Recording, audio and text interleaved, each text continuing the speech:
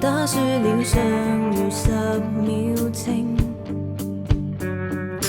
但去到絕境，腎上腺素讓身體急甦醒，信念堅定。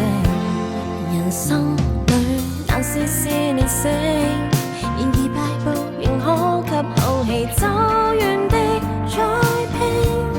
因此當你跌低，記得輸了某局別要輸心境，坐定等敲鐘，非你本性。能撐多遠，多不死心就撐得多遠。沿途被壞蛋所擊倒，既然難免，你尚有權10倍自尊。別氣短，來重拾你身體碎片，砌更頑強的你，別為無力心酸。你最迷人的性格，源自你被擊倒的那天，起身再戰。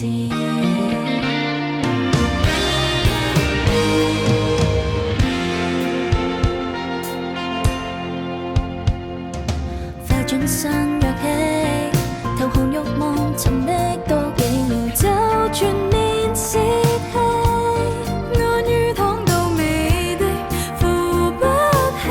這10秒只是給從泥地中找到真理，調整那啖氣。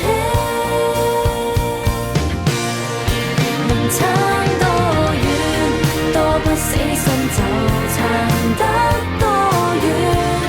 沿途被壞蛋所擊倒，既然難免，你尚有權10倍自尊。別氣短，來重拾你身體碎片，砌更頑強的你，別為無力心酸。聽到喉嚨乾兼氣喘，才知氣未斷。不骨接受10片，真心剩你弱點，讓最單隻捱過，你更難和聲。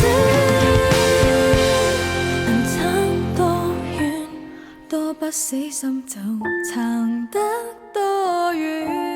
沿途被壞蛋所擊倒，既然難免，你尚有權反撲逆轉。若然未數到10，仍能被你1秒扭轉。那燎原火勢是來自一線，暫時是一點，再連成一線，完成夢裏動人場面。跌倒的瞬間，擂台上面離開，打輸了尚餘10秒靜，但每個絕境是讓你我突顯出多艱苦，尚有激情。